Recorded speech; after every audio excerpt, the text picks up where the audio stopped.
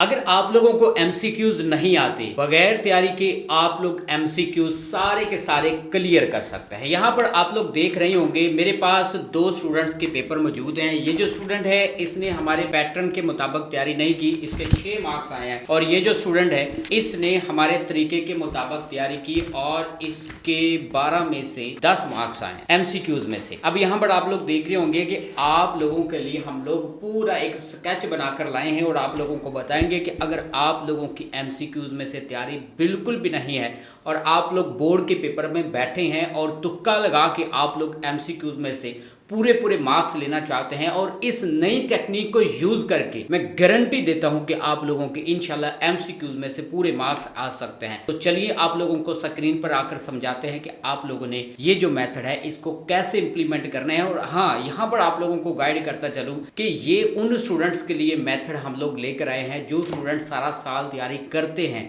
और जब बोर्ड के पेपर में बैठते हैं उनको कुछ एमसीक्यूज प्रॉब्लम क्रिएट करते हैं और उन एमसीक्यूज को सॉल्व करने के लिए वो ये मेथड यूज कर सकते हैं। ठीक हो गया, तो चलिए आप लोगों को तमाम डिटेल स्क्रीन पर आकर समझाते हैं। तो अजीज तलबा, हमारा एक यूट्यूब चैनल है जिसका नेम है बहारे इल्म टीवी। आप लोगों ने जाना है हमारे यूट्यूब चैनल को सब्सक्राइब करना है और इसकी कोई एक वीडियो आप लोगों की ज़िंदगी को चेंज कर सकती है, क्योंकि स्टडी के हवाले से बेशुमार वीडियोज़ आप लोगों को हमारे इस चैनल से मिल जाएंगी। गेस्ट पेपर भी आप लोगों को मिलेंगे। अच्छा, आज की जो टेक्निक है ये आप लोग अपनी स्क्रीन पर देख रहे होंगे। ये 100% इंशाल्लाह टेक्निक वर्किंग करेंगी और चंद चीज़ें मैं नई आप लोगों के लिए लेकर आया हूं जो कि आप लोगों को अभी इंशाल्लाह इस वीडियो में बताऊंगा। और यहाँ पर जो सबसे पहली तर्ज का एमसीक्यूज आता है ये आप लोग देख रहे होंगे। यहाँ पर मेंशन किया गया है कि आप लोगों को एमसीक्यूज एक इस तरह का आता है ABC या फिर नन ऑफ दीज ऑप्शन आता है। अगर आप लोगों का इस तरह का ऑप्शन आए तो इसके तकरीबन 60% चांसेस होते हैं कि ये एमसीक्यूज आप लोगों का इंशाल्लाह करेक्ट होगा।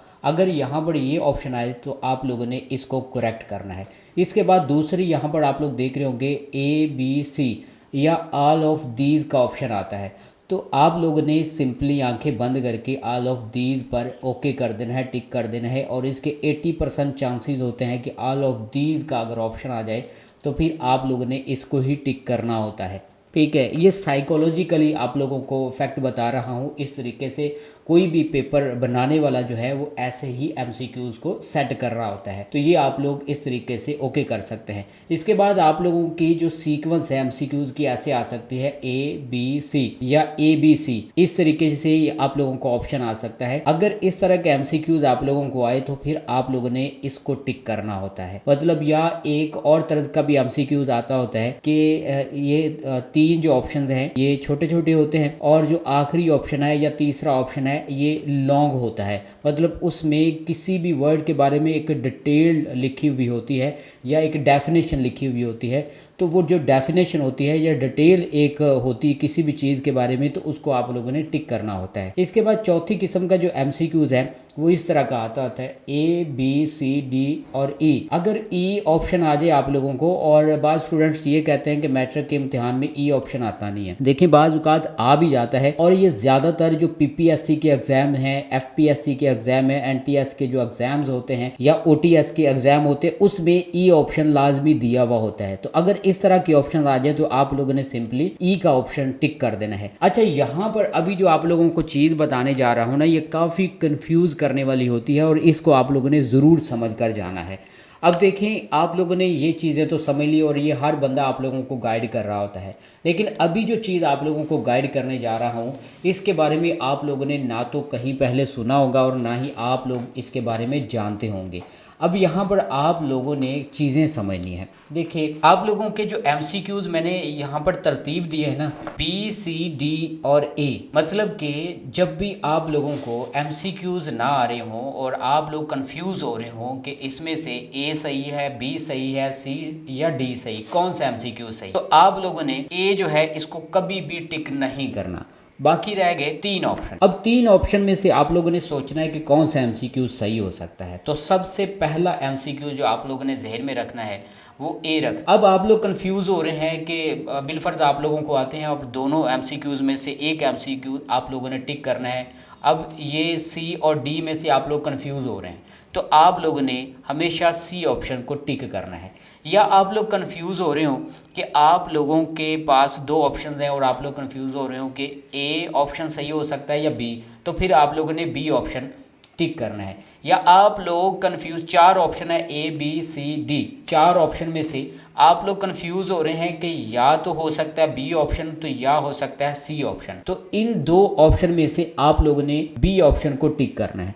मतलब बी ऑप्शन के ज़्यादा चांसेस होते हैं, 80% चांसेस होते हैं कि बी ऑप्शन आप लोगों का करेक्ट है और 70% चांसेस होते हैं कि सी ऑप्शन, 60% डी ऑप्शन और ए जो है 50% आप लोगों के चांसेस होते हैं कि आप लोगों का ये जो MCQs है नहीं हो सकता। अगर आप लोगों को कन्फ्यूजन हो रही है कि बी या डी में से कोई एक ऑप्शन करेक्ट है तो आप लोगों ने बी ऑप्शन ओके करना है, या सी और डी के दरमियान आप लोग कन्फ्यूज़ हो रहे हो तो आप लोगों ने फिर भी सी ऑप्शन को टिक करना है। मतलब कि एंड पर आप लोगों ने इसको करना है। तो ये चीज़ें आप लोगों ने गौर से देखनी है, ये चीज़ें आप लोगों को समझ नहीं आ रही होगी और उम्मीद है आप लोग इस चीज़ को क्लियर कर चुके होंगे। और दोबारा आप लोगों को बता देता हूँ कि ये ऑप्शन जो हैं, ये सीक्वेंस जो है ऑप्शंस का, इनको आप लोगों ने गौर से देखना है, इनको ही आप लोगों ने याद करना है। और अगर आप लोगों को MCQs समझ ना आ रहे हों या आप लोगों के ज़हन में ना MCQs आ रहे हों तो सबसे पहले आप लोगों ने ए वाला जो ऑप्शन है इसको कभी भी टिक नहीं करना,